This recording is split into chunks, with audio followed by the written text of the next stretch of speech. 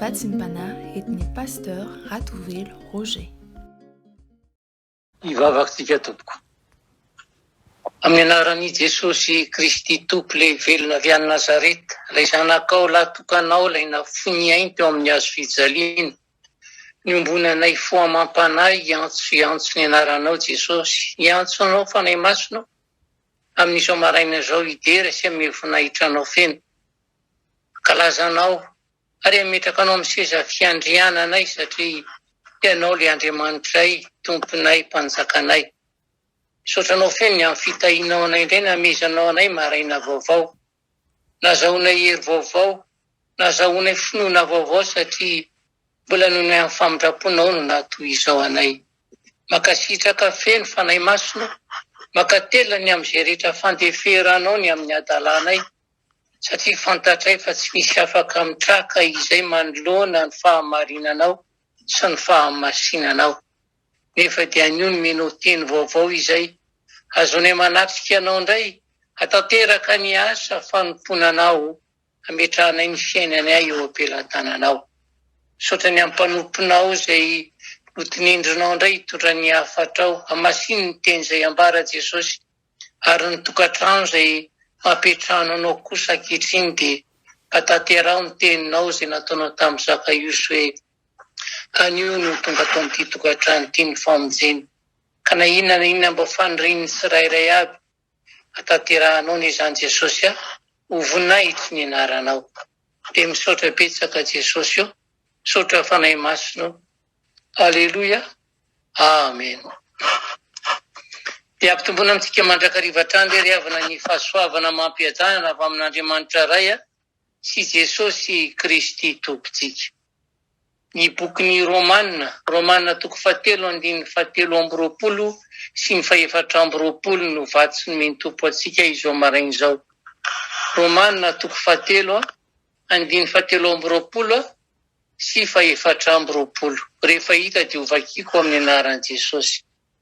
Fa samy efa nanota izy rehetra ka tsy manana ny voninahitra avy amin'Andriamanitra.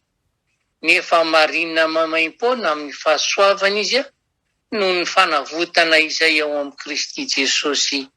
Amen.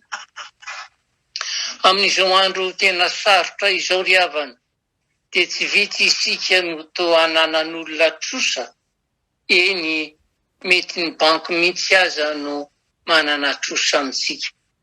Fa isika izay miaino ny maraom-baovao etona, moa ve mba efa nodinianao raha hananan'Andriamanitra tsosa ianao? Fa hoy mantsy ny voalaza ny mpanao salamo hoe eny an-danitra Andriamanitra no miondrika mijery ny zanak'olombelona, mba izana misy endry mitady an'Andriamanitra. Samy efa nivily izy rehetra ka tonga vetaveta avokoa, tsy misy manao ny tsara na dia iray akory ary. Ary dia mbola namafisy ny mpinotoriteny izany, ka nilazany hoe fa tsy misy olona marina ambonin'ny tany izay manao tsara ka tsy manota. Izany hoe olom-pahotana izao sy anao, satria manota isan'ora, manota isan'andro. Ary manoloana n'izany ota vitantsika izany, dia tsarovo riavana fa goavana loatra ny trosanao, ary mitombo isan'andro izany. Ary ny fahotanao na kely na lehibe dia maniratsira ny fahamasinan'Andriamanitra. Ary izay faniratsiranan'Andriamanitra izay dia trosa mihoapapana ho anao izany.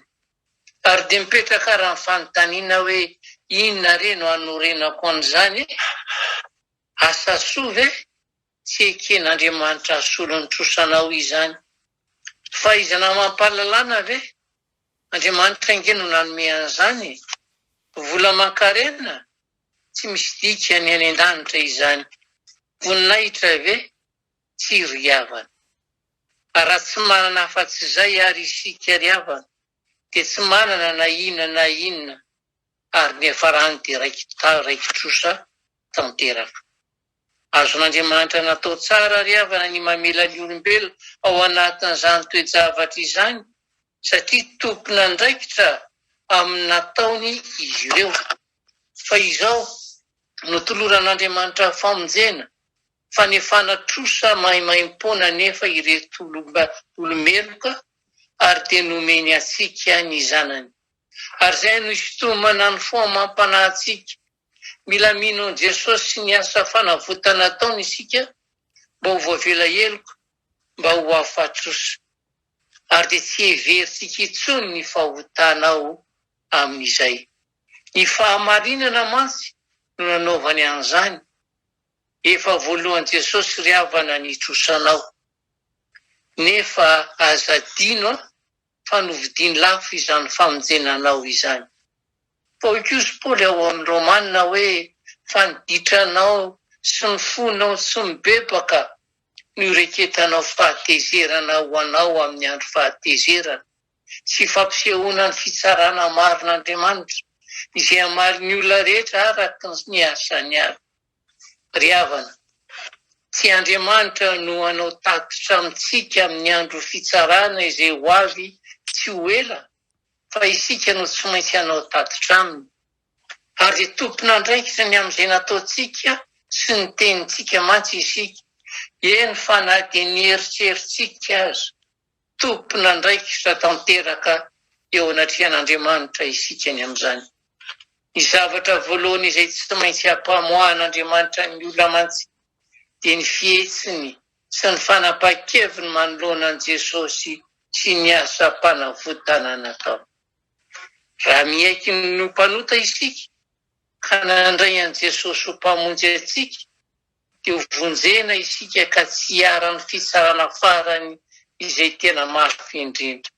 Fa raha mandany famonjena izay natolotr'Andriamanitra kosa tamin'ny alalan'i Jesosy teo amin'ny hazo fijaliana, dia hifanatrika amin'ilay mpitsara lehibe ka ho elohina mandrakizay. Ary izay no tena olana ry havana. Mety hevitra isika fa tsy nanao fahotana tena ratsy teo anatrehan'Andriamanitra, kanefa ny fandavana an Jesosy ange ka tena ota lehibe dia tena lehibe. Be ava-malalo amin'ny tompo. Mila manamboatra haingana ny kaontritsika ao amin'Andriamanitra isika. Ary mila mamitra mpihavanana amin'Andriamanitra raha mbola ao anatin'ny androm-panavotana, ao anatin'ny androm-pahasoavana. Ary dia hiverina sambatra isika manana didy iaina mendrika an Jesosy izay mpamonjy antsika.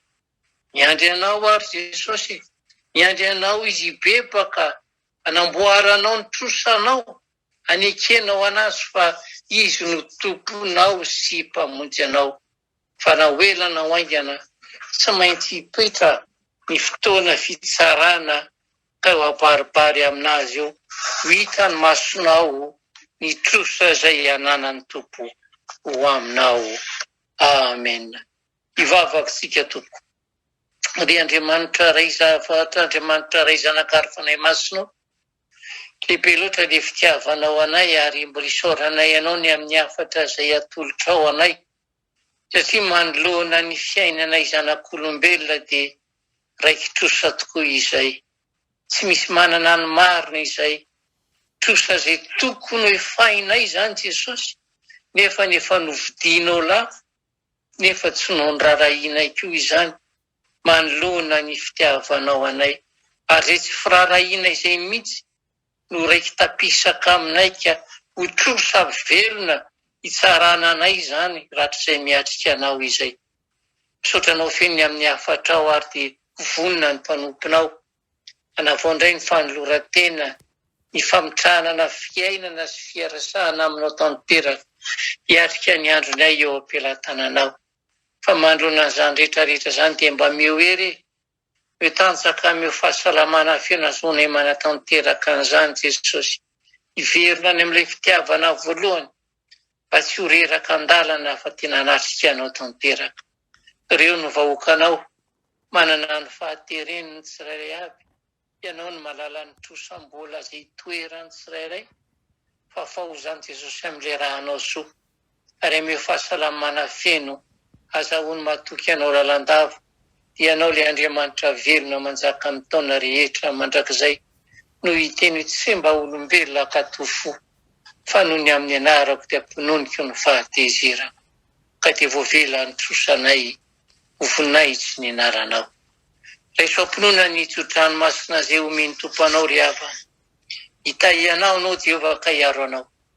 Ampamirapiratra ny tavany aminao Jehovah ka mindra fo aminao. Anandratra ny tavany aminao Jehovah ka miteny anao ry malala mandehana amin'izao herinao zao. Efa voafafako ny trosanao olom-baovao ianao ankehitriny. Atolotrainao ny tera sy mihaja raha ny voninahitra. Ny famindra-po sy fitahiana kosa dia mbo ameo ny tsirairay aby sy mitahy anao hiaraka aminao isan'andro. Misaotra Jesosy io, misaotra fanahy masonao. Aleluia. Amen.